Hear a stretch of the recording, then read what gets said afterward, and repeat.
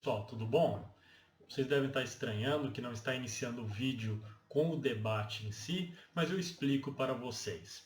Acontece o seguinte, que no meio da nossa live lá no Instagram, houve uma queda da internet e tivemos que reiniciar após mais ou menos uns 10 ou 15 minutos de live. E, infelizmente, o Instagram não salvou esse começo da live, né? Só esse momento posterior. Então eu estou gravando aqui esse vídeo inicial aqui para vocês, para só esclarecer aí, resumir um pouquinho daquilo que eu falei no começo do vídeo, lá no comecinho da live, tá bom? A primeira questão que foi me feita pela Daniela, né, foi se o que é que proíbe, né, qualquer evento, por exemplo, o casamento aí, de acontecer, né? O que é que está proibindo, o que está em jogo. E aqui a gente tem pelo menos duas grandes normas jurídicas fazendo essa proibição. A primeira delas é a lei número 13.979 desse ano de 2020, que a gente chama de lei da quarentena, lei do isolamento, até lei do coronavírus, tá? Que é uma lei federal, e essa lei vai tratar aí então das medidas que podem ser impostas pelos poderes públicos para conter o avanço da pandemia. E dentre elas está aí o isolamento, a quarentena, dentre outras medidas possíveis. E no artigo 3º, parágrafo 4º dessa lei, nós temos que qualquer descumprimento das medidas impostas acarretará na responsabilização daquele que é o ofensor, nos termos aí da lei. Ou seja, se você desrespeitar o isolamento, a quarentena e tudo mais, você pode estar sujeito aí ao pagamento de multas, né, multas administrativas, ou até mesmo responder por crimes, como por exemplo o crime de desobediência ou crime de infração de medida sanitária, ambos previstos no Código Penal, tá bom? Além disso, nós temos, daí para o caso específico de São Paulo, o decreto estadual número 64.881, que o artigo 1º fala então que está decretada a medida de quarentena no estado de São Paulo, restringindo então todas as atividades que não sejam essenciais dentro do estado. E o artigo 4º falando que fica recomendada, né, que a circulação das pessoas no estado de São Paulo se limite às necessidades imediatas de alimentação, cuidados de saúde e exercícios de atividades essenciais. Qual a leitura que nós podemos fazer aí então desse artigo 1º com o artigo 4º? É a seguinte, que você está obrigado a se manter na quarentena, se manter nesse isolamento. Mas se tiver que sair, que seja simplesmente para a realização das atividades essenciais. Ou seja, não se pode interpretar a ideia aí de recomendação como sendo aí só uma sugestão. Não, é um dever imposto e é uma recomendação que você possa quebrar esse isolamento, quebrar essa quarentena, tão somente se for para realizar aí as necessidades suas imediatas, tá bom? Isso, inclusive, foi aí decidido pelo STF, a validade, digamos assim, dessas medidas, que podem ser impostas de maneira mais grave, digamos assim, conforme a peculiaridade de cada caso, conforme aí as necessidades dos estados e dos municípios. Tá bom? Agora, a segunda pergunta que me foi feita também no começo da live. Se liberarem as aglomerações, mas ainda existir o risco do contágio, pode o profissional se negar a trabalhar, né, no evento? Veja, aqui nós temos que primeiro tratar de um seguinte ponto. Se você não quiser prestar o serviço, você pode. Porém, você terá que arcar com todas as consequências do descumprimento do contrato, seja do contrato de prestação de serviços, ou então aí de entrega de algum produto, ou então até mesmo, se for o caso de um contrato de trabalho, você arcará aí com todas as consequências trabalhistas para tanto. Tá? Então você pode deixar nesses termos, arcando com as consequências. Agora, se você não quer arcar com as consequências, você então quer simplesmente deixar de realizar a atividade, veja, aí complica. Por quê? Porque quando você está falando aqui do nosso isolamento, você está falando de uma medida imposta pelo poder público. Se o poder público deixou de impor essa medida, significa que para ele aquela medida sanitária não é mais necessária. Não sendo necessária e ele então autorizando que todos voltem às suas atividades, não há mais motivo legítimo, juridicamente falando, para que você se negue a prestar o serviço, que você se negue a trabalhar, ainda que o risco de contaminação seja alto, tá? Eu fiz uma equiparação aqui, um tanto quanto radical, mas só para vocês entenderem, tá? Que é o seguinte, imagina se fosse uma gripe comum. Existe chance de você ser contaminado por uma gripe comum, um resfriado, se você trabalhar em um local que tem alguém que está gripado ou resfriado? Tem. E nem por isso é motivo de você deixar de realizar a sua atividade. Agora, transporte isso, levando em consideração toda a gravidade do caso, para o coronavírus. Seria mais ou menos a mesma solução. Se o poder público permitiu o trabalho, imaginando que o risco é tolerável, então você não pode alegar isso e não querer nenhuma das consequências jurídicas gravosas pela não realização do seu serviço ou do seu trabalho. Tá bom?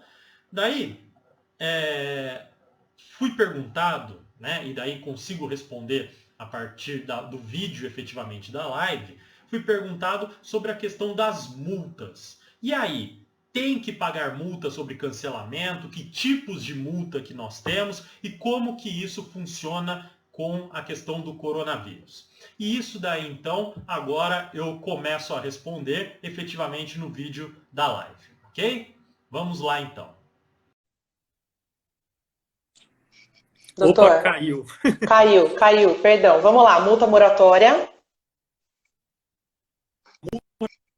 Tá? Então vamos dizer o seguinte, não cumprir no prazo a minha obrigação, então já incorro diretamente nessa multa moratória. Se você tiver numa relação de consumo, então, por exemplo, os noivos com você que está organizando o evento, né? Ou então até mesmo quem vai fornecer a comida, o som, qualquer outra atividade, fotografia, tudo mais. Todo mundo é fornecedor e os noivos aí são consumidores. Nessa relação de consumo, se houver algum atraso próprio aí pelos fornecedores, pelos consumidores, melhor dizendo, a multa tem limite de 2% sobre o valor do negócio. Tá? Isso aí está lá, se quem quiser conferir depois, está no artigo 52, parágrafo 1º do Código de Defesa do Consumidor. E com essa multa moratória, o que você pode cobrar junto com ela? Você pode cobrar os juros, 1% ao mês, que é o limite que a gente tem dentro do nosso direito, mais indenização por alguma perda ou dano que tiver a mais. Então a gente tem tudo isso daí. Aí a gente tem o segundo tipo de multa, tá? Que também é uma cláusula penal para quem aí é o pessoal do direito, tá? Que é a chamada aí multa compensatória. O que é a multa compensatória? É aquela que substitui a prestação. Então, se alguém descumprir aquilo que está no contrato, eu vou lá e posso escolher obrigar a pessoa a realizar aquilo que está previsto no contrato, ou então eu cobro essa multa compensatória. Se eu cobrar essa multa compensatória, o que mais que eu posso cobrar junto? Juros de 1% e acabou.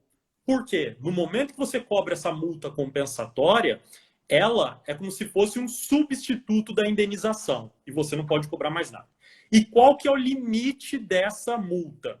O limite é o valor da obrigação. Ou seja, você fala assim, combinamos de fazer um trabalho, um evento, aí que vai custar 20 mil reais. Vamos dizer, valor até baixo, né? Para questão de evento. Vamos falar, 20 mil reais. Eu posso colocar uma multa de até 20 mil reais, essa multa compensatória. E posso ter multa moratória e multa compensatória ao mesmo tempo no meu contrato. Tá bom? Então, a moratória é 2%, compensatória até o limite da obrigação. Agora, essa compensatória tem alguns probleminhas. Primeiro, se a pessoa achar que a multa é excessiva, o valor é muito alto, ela pode entrar com uma ação e o juiz vai poder definir, ele fala de maneira equitativa, que ele pode fazer uma redução desse valor. Ele fala, olha, muita coisa dada a situação. Ele pode reduzir. Já digo para vocês de antemão, de conhecimento prático, é difícil um juiz fazer isso, tá? Assim, acontece, mas é um pouco mais complicado, tá? Porque pela prática de mercado que vocês têm, vocês já sabem medir mais ou menos a multa. E a outra questão é que você pode colocar uma cláusula no contrato falando o seguinte, que pode ultrapassar esse valor da obrigação, desde que esteja previsto expressamente e você prove depois numa ação própria que você teve perdas e danos além daquele valor da multa. Daí você pode também, tá? E daí a gente tem o terceiro tipo de multa, tá? Que é interessante para vocês, que é aquela chama de multa penitencial, que não é cláusula penal, que é aquela, por exemplo, que vocês conhecem do direito de arrependimento. Ou seja, nas duas anteriores, a pessoa descumpriu o contrato e daí incorre a multa. Nessa terceira, a pessoa nem vai cumprir, ela desiste do contrato simplesmente. Não chegou o momento de cumprir. Ela falou assim, olha, quer saber, eu não quero mais esse contrato. É o cancelamento do contrato antes dele acontecer. É o cancelamento do contrato antes dele acontecer. Cancelamento do contrato. E daí o cancelamento, ele também não tem limitação. Ele não tem limitação do valor. Tá? Isso aí vai ter que ser acertado pelas partes. O problema é o seguinte, que por mais que pareça que o céu é o limite para essa cláusula, de novo, um juiz pode revisar o contrato e mandar reduzir o valor. Então tem que fazer sempre de uma maneira que vai depender muito mais da razoabilidade de quem está contratando. Tá bom? Então, limitação de verdade, se formos pensar aí, é só naquela multa moratória, que é 2%. As demais, basta a negociação entre as partes aí, sendo que a compensatória é até o valor da obrigação principal e a penitencial a partir daquilo que as partes escolherem como valor aí para o direito de arrependimento, tá? Que normalmente é mais baixo porque não teve cumprimento da obrigação, tá?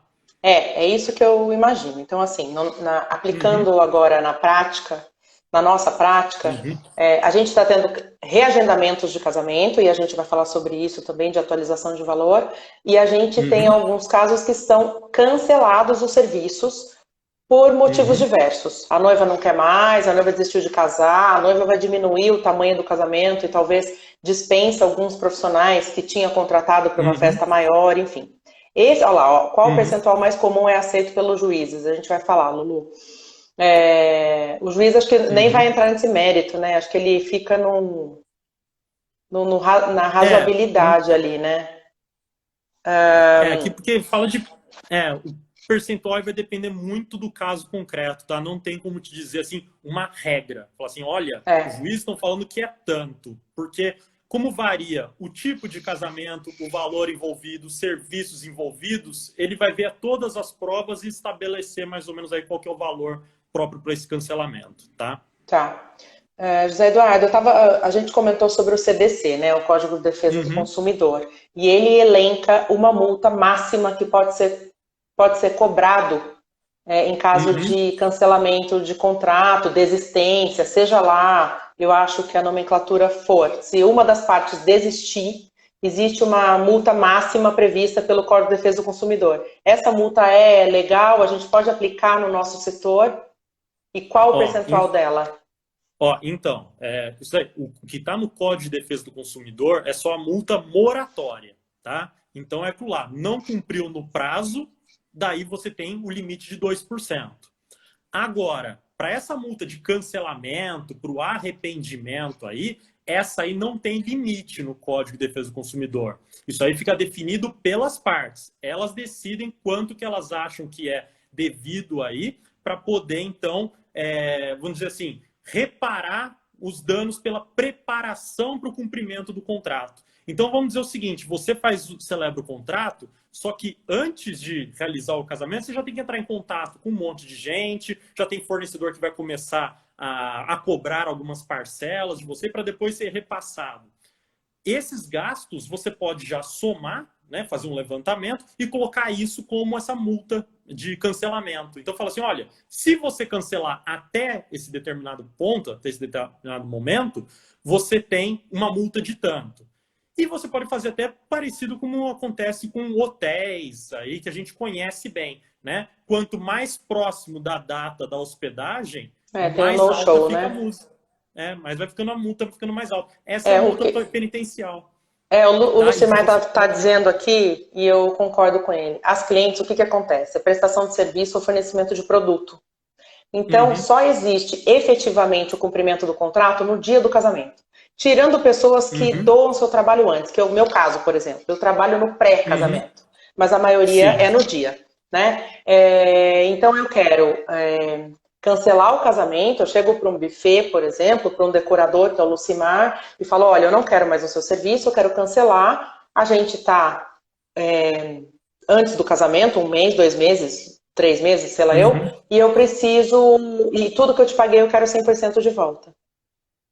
A gente tem o costume no mercado de eventos de bloquear as datas para essas noivas, e a partir do momento que elas fecham o contrato, elas são nossas clientes ali exclusivas, porque a maioria dos profissionais faz um evento por dia. É um trabalho personalíssimo, né? A partir do momento que ela cancela esse contrato, eu perdi a data dela e provavelmente não vai vender para mais ninguém. Então, eu deixo de trabalhar nesse dia. E se eu devolver 100% do dinheiro que ela me pagou, ela usou uma data, devolveu e eu fiquei no prejuízo. Então, é dessa multa que a gente está falando. Né? Se eu posso reter alguma coisa a título indenizatório, por exemplo. Isso, tá? Então, ó, essa multa é a penitencial, tá? Aquela última, então, que eu falei. Essa aí você pode fazer retenção, tá? E aí depende daquilo que é negociado entre as partes. Pode então, depende de comum acordo.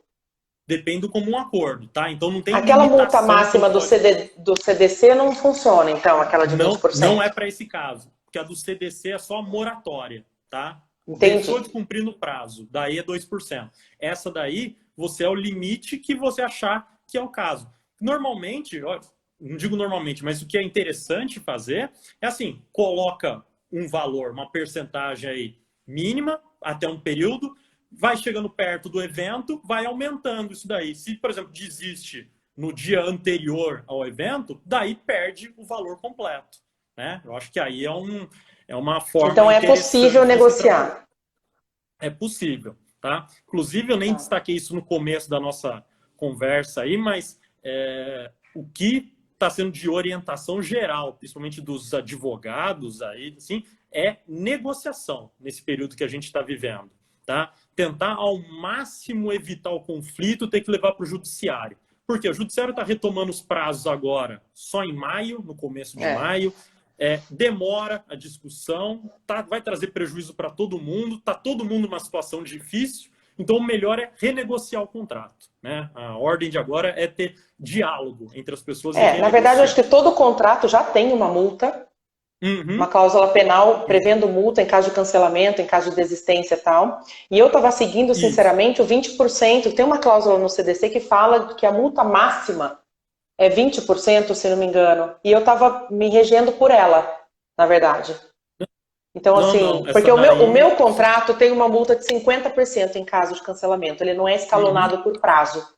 Né? Então, assim, independente de ser agora ou ser um dia antes, ela vai me pagar 50%. Sim. Será que isso Pode. Pode. Sem problema, tá? É que esses 20%, Carol na do verdade, Baricia, eu briguei tanto com ela. Eu briguei tanto com a Carol do Baricia para ela baixar a multa para mim. Que aconteceu? Na verdade, o parágrafo 1º do artigo 52, ele, na verdade, antes falava em 10%, que era o limite, mas para multa moratória, não para essa penitencial. Daí mudou a lei e virou 2%. E daí eu acho que o pessoal ficou 2%, acabou o pessoal transformando em 20%, mas não tem. Então, se a pessoa assinar um contrato que está escrito 100% de multa, caso você desista amanhã, o problema é seu. É isso. Ela vai ter que indenizar 100%. A regra é que sim, Tá. desde que, veja, que daí assim, ela pode levar essa discussão para a justiça para entender essa cláusula como abusiva. Para falar assim, olha, assinei o contrato Tá. ontem, ela nem começou a prestar o serviço e já está pedindo 100% de volta. Pô, Uhum. daí já é uma coisa estranha, né? Porque daí também não é razoável. Mas a regra é que pode. Pode, Não corre o tá? risco do juiz falar, viu, você não comprou nenhuma flor, você não fez nenhum serviço, você não teve nenhum prejuízo, então não tem problema nenhum, você tem que devolver 100% ou reter 10%, é isso? Pode. É que a gente sempre... O problema é cada juiz, cada Ah, caso entendi. concreto. É difícil É você falar uma subjetivo. regra específica. Fica muito subjetivo. Mas Tá. a regra é que sim. Quis cancelar, abriu mão, tá lá no contrato. Tem que pagar tanto, vai ter que pagar tanto. Perdeu. Acabou. Né? A regra seria Maravilhoso. essa. Então vamos todo mundo manter a multa de 50% no contrato. Pode manter. Pode Tá manter, ótimo? sim. Tá bom. Até eu tinha visto Bom, aqui uma pergunta, só se me permite, que falou por assim que o favor. ideal é estar previsto percentuais no contrato. É bom, tá? É bom sempre ter ele delimitado. Nunca coloca cláusula no contrato assim, se for cancelar, estará sujeito à multa, ponto final. Porque essa cláusula aí não vai ter força nenhuma, porque a parte tem que saber multa de quanto, qual que vai ser o valor. Então, seja porcentagem, seja já tantos reais, e daí uma dica que eu dou, se vai colocar tantos reais, fala que está submetido também à correção monetária. Porque, assim, o tribunal normalmente vai fazer a atualização desse valor, que é o certo. Mas vamos evitar uma discussão, porque daí a pessoa fala assim, não, mas está lá, sim, 20 mil reais no contrato, eu quero pagar 20 mil, nada atualizado. Coloca certinho lá, multa de 20 mil reais, atualizado monetariamente. Pronto. O Carrê está Acho que me é melhor. falando aqui, está nos dizendo pela jurisprudência, no TJ, tarará, vários estados, os juízes fixam o cancelamento com período superior a 1 mês de 30%, que é uma multa razoável, se não houve a Sim. prestação de serviço. É uma indenização Isso. pela data perdida. Certo? Isso. Tá bom. Tá? É bom mesmo, sim, porque é razoável, porque se você colocar multa de 100% também, primeiro que você tem um problema para celebrar um negócio, que a pessoa vai ficar assustada com aquela cláusula. Ninguém vai assinar, na verdade, um contrato desse, né? Acho que uma multa superior a 30%, 40% já fica... Se não houve nenhuma prestação e nenhum custo do segmento, né? Bom, vamos lá. Eu tenho uma dúvida entre caso fortuito ou força maior. A pandemia, na verdade, como ela não está prevista em nenhuma legislação nossa e é uma coisa muito nova, as pessoas estão com muita dificuldade de lidar. Então, assim, o caso fortuito e a força maior, um é pela ação do homem, o outro é pela ação da natureza, não é isso? Isso. E ela se encaixa em algum desses dois ou não? Encaixa, mas tem que olhar isso com cuidado, tá? Se a China estiver manipulando, é uma coisa. Se for uma coisa que veio do morcego mesmo, é outra, é isso? Dependendo, se o contrato é chinês, daí você pode ter um problema. Pois é, precisa olhar 3 vezes. Olha só, aí a gente tem que tomar cuidado com o seguinte, que a gente tem que olhar quando que o contrato foi celebrado, quando que ele tem que ser cumprido, tá? E quais são as obrigações que envolvem ele. Por quê? Porque se o contrato, por exemplo, foi celebrado lá atrás, digamos em 2019, começo de 2019, e para ser cumprido agora, em abril, e você tinha que, por exemplo, ir até lá no local, entrar em contato com a pessoa para cumprir o contrato e tudo mais, você pode falar que foi um caso fortuito ou força maior, imprevisível, portanto, e não precisa cumprir o contrato. E o que vai acontecer? Todo mundo volta para a situação anterior. E a gente invoca aquela cláusula do rebus sic stantibus lá, que é isso, também, que a condição que celebrou o contrato era uma, e agora, quando ele foi efetivamente ser cumprido, está completamente outra no mundo, né? Isso. O problema é o seguinte, que sempre você tem que olhar o que a gente chama lá no direito da base do negócio jurídico. Tá? Então você vai ter que ver o seguinte, mesmo com a pandemia, dá para cumprir o contrato ainda? Vamos dizer que o que tinha que ser cumprido agora, no meio da pandemia, era só uma transferência de dinheiro. Pô, você tem aplicativo no celular, dá para fazer. Sim. Então você não pode falar que foi caso fortuito e força maior e deixar de cumprir o contrato. Então, o que eu dou de dica para todo mundo aí é olha o caso concreto, olha a situação que você está diante. você pensa assim, quando que eu celebrei esse contrato? Ah, celebrei antes de começar a pandemia, então não tinha como prever. Mas eu ainda consigo cumprir esse contrato? Consigo. Então não dá para desfazer por caso de força maior. Agora, se, por exemplo, eu celebrei o contrato enquanto estava na pandemia para ser cumprido dentro desse período da pandemia, eu já não poderia falar de caso fortuito ou força maior com essa facilidade, porque eu já sei o que está acontecendo e me obriguei, tá? Okay. Então tem que tomar muito cuidado que não tem fórmula pronta aí para isso, tá bom? Ó, só daí, essa questão do caso fortuito e força maior, que eu não sei aí o contrato de vocês, o que pode ter previsto em algumas cláusulas, tá? Mas é importante também saber o seguinte, que você pode inserir no contrato, tá? Mas daí seria mais benéfico aí para as noivas, no caso, e é bom vocês se atentarem a isso se eles quiserem alterar o contrato para colocar isso daí. Que a pessoa pode se responsabilizar ainda que haja caso fortuito ou força maior, tá? Tá isso previsto no artigo 393 do Código Civil. Então, vocês, quando forem contratar, digamos que está negociando lá com os noivos, se eles mudarem essa cláusula para se responsabilizar, tenta tirar fora, porque isso é um problemão para vocês. Porque aconteceu uma coisa imprevisível, uma pandemia, por exemplo, do coronavírus, e ainda assim... Não tem como prestar. Não tem que fazer como prestar, vocês vão ser culpados, vai ter que pagar multa para eles, vai ter que indenizar e assim vai, tá? Tá bom. Bom, nós temos um decreto, então, que está nos proibindo aglomerar e, portanto, os eventos estão oficialmente cancelados, certo? Isso. Nesse caso, as noivas não têm culpa. E nem nós, profissionais de eventos.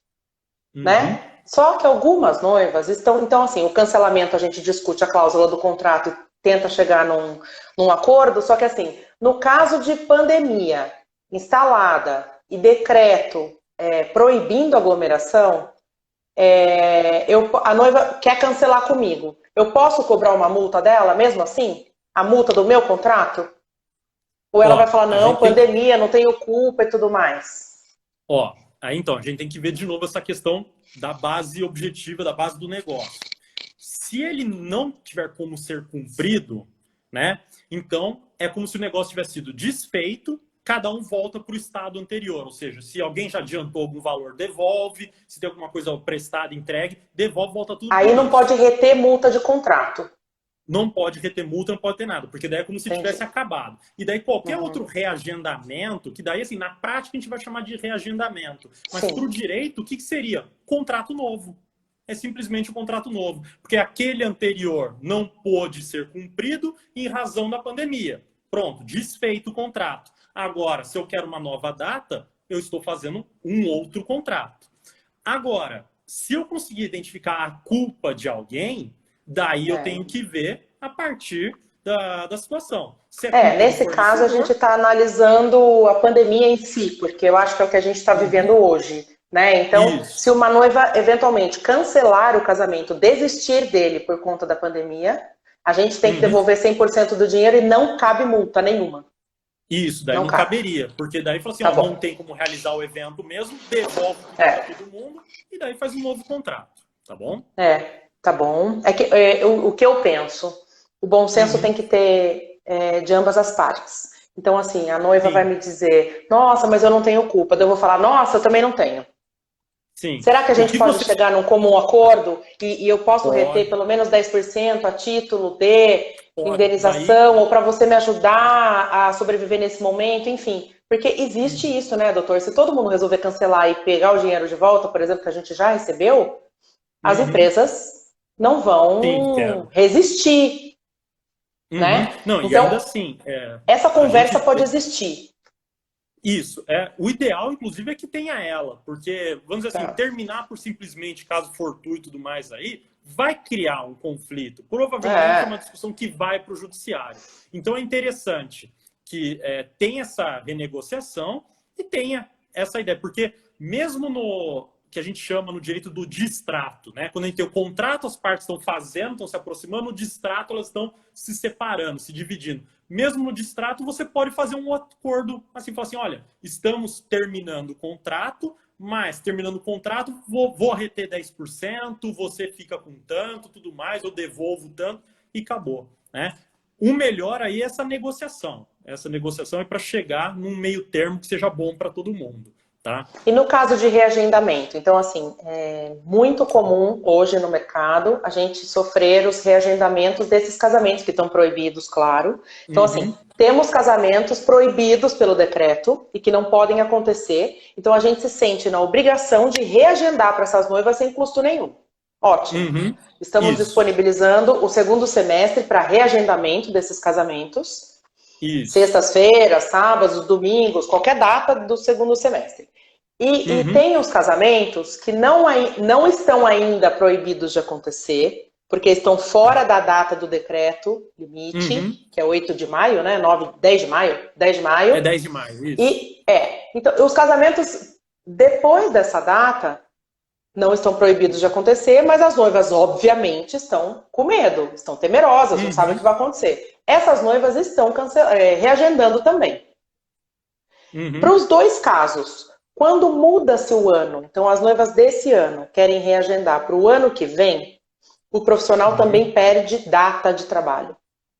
Então ele abre uma agenda que ele poderia estar vendendo para novos clientes para acolher essas noivas da pandemia. Existe a possibilidade de cobrar dessa noiva, olha, então para reagendar para o ano que vem, que são datas nobres, é outro ano, 2021, estava em franca ascendência de evento, inclusive 2021, a gente estava vendendo muito contrato, né?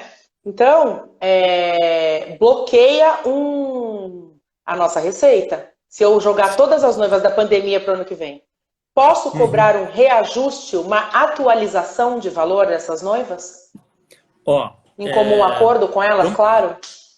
Sim, em comum acordo pode. Nossa, pode tranquilamente. Posso tudo em comum acordo, né? Em comum acordo pode tudo, né? Se todo mundo concordar, ótimo. Resolve até do jeito mais fácil.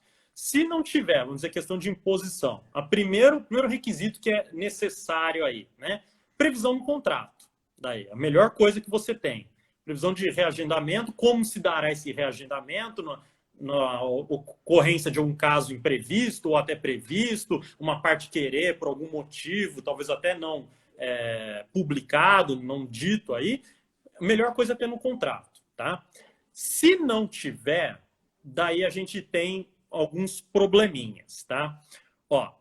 Primeiro, se o reagendamento está sendo feito de um contrato de casamento aí que ia ocorrer no meio da pandemia, dentro da vigência do decreto. Aí, se você quiser fazer esse reagendamento, em tese pode, porque é caso fortuito e força maior. É de novo aquela situação de todo mundo volta para a situação anterior, é como se você estivesse fazendo um novo contrato.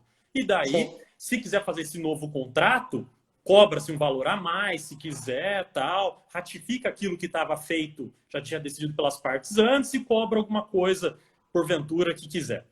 Agora, se for esse cancelamento fora do período aí da quarentena, né, daí é culpa dos próprios noivos. Ah, mas eu tenho medo da contaminação e tudo mais. Veja, as autoridades liberaram. Você está à disposição para prestar o serviço. Quem não está querendo é o consumidor. Então agora ele vai arcar com todas as multas e gastos decorrentes aí desse cancelamento. Porque não existe mais o impedimento legal público do Estado para a realização do evento. Tá? Então é justo e legal. Isso. Tá? Tá ótimo. Tá bom. Eu sou partidária desse pensamento, assim.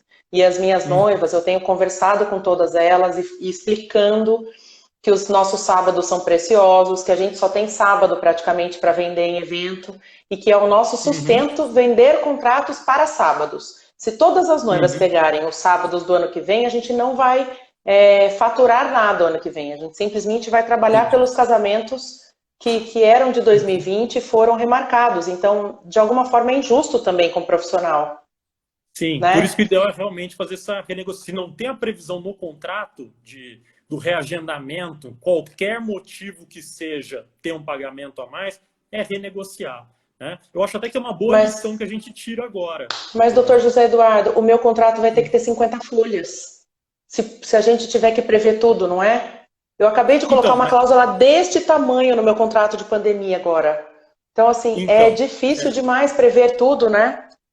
Não, então, é que nem é o ideal você tentar falar que seja 2 pontos e colocar cada uma das causas assim. Mas falar eventos imprevisíveis, situações impossíveis, tais como, ou seja, já coloca como exemplificando, né? Calamidades e tudo mais, epidemias, etc. Porque daí fica uma cláusula, assim, que tem a previsão, mas ela fica um pouco aberta. Porque se aparecer alguma coisa que eu não estou prevendo, já está lá. Daí o contrato não fica gigantesco, né? Mas ele fica bem fechadinho para cobrir. Depende de interpretação, né? Depende de interpretação daí.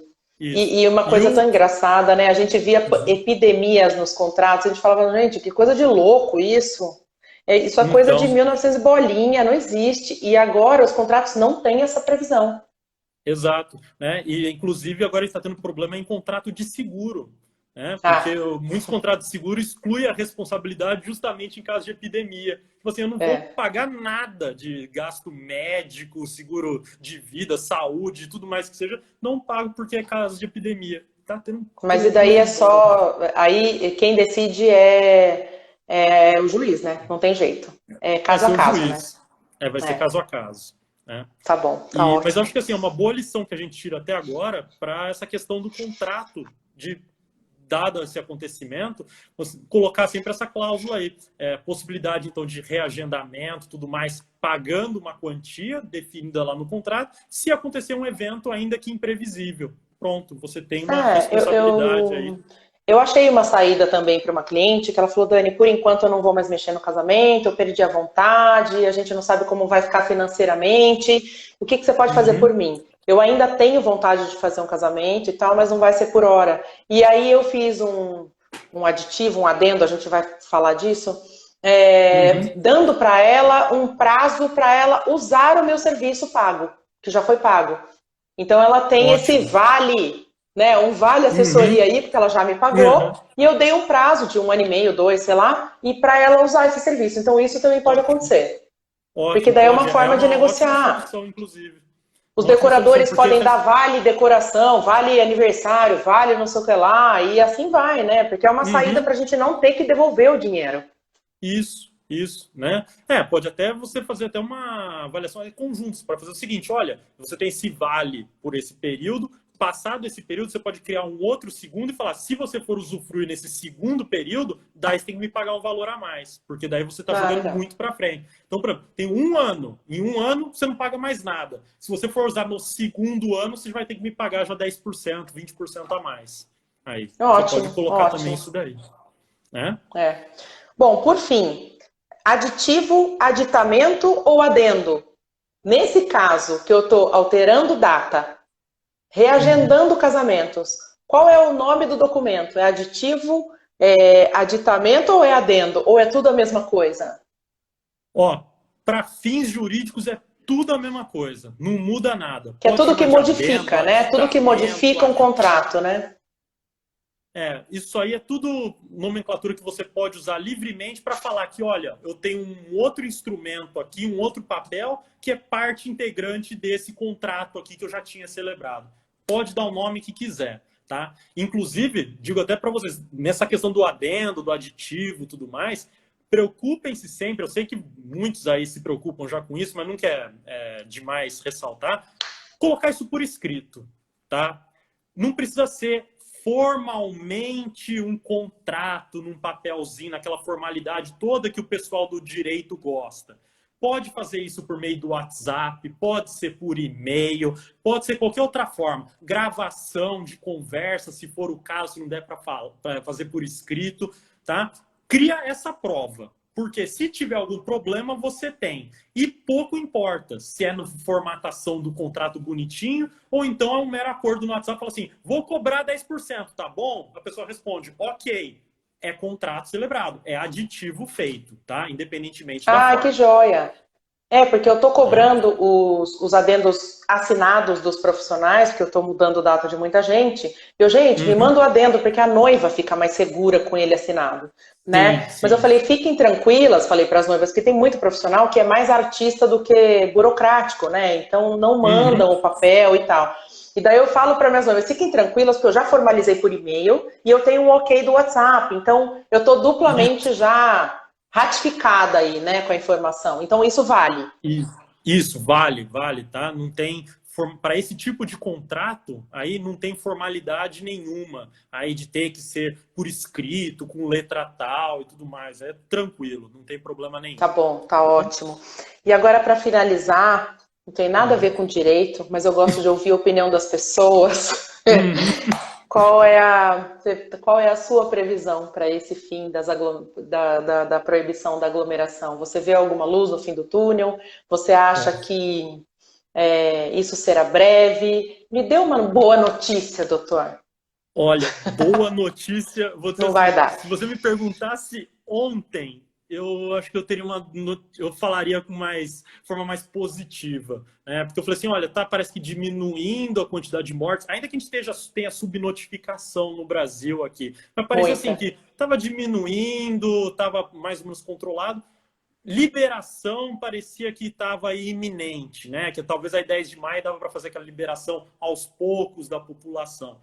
Com as notícias de hoje, 400 mortos, mais, eu vi uma notícia de uma pesquisa chinesa, né? Ainda que seja a chinesa, a gente está desconfiado agora do que vem lá da China, mas uma pesquisa chinesa falando que descobriram 30 cepas diferentes do coronavírus, e que algumas são mais agressivas e outras menos, o que poderia explicar por que tem gente morta, gente jovem morrendo e gente velha durando, conseguindo ficar bem. Eu estou muito preocupado. Eu estou muito preocupado com essa liberação agora, tá? Não sei, pode ser que até 10 de maio aí alguma coisa mude, né? Porque mudou de um dia para o outro. Mas, por enquanto, eu tô preocupado, tá? A minha fé... A minha fé não me deixa desistir do segundo semestre, assim. Então, eu acho que meados de agosto a gente já esteja vendo o sol brilhar mais forte aí.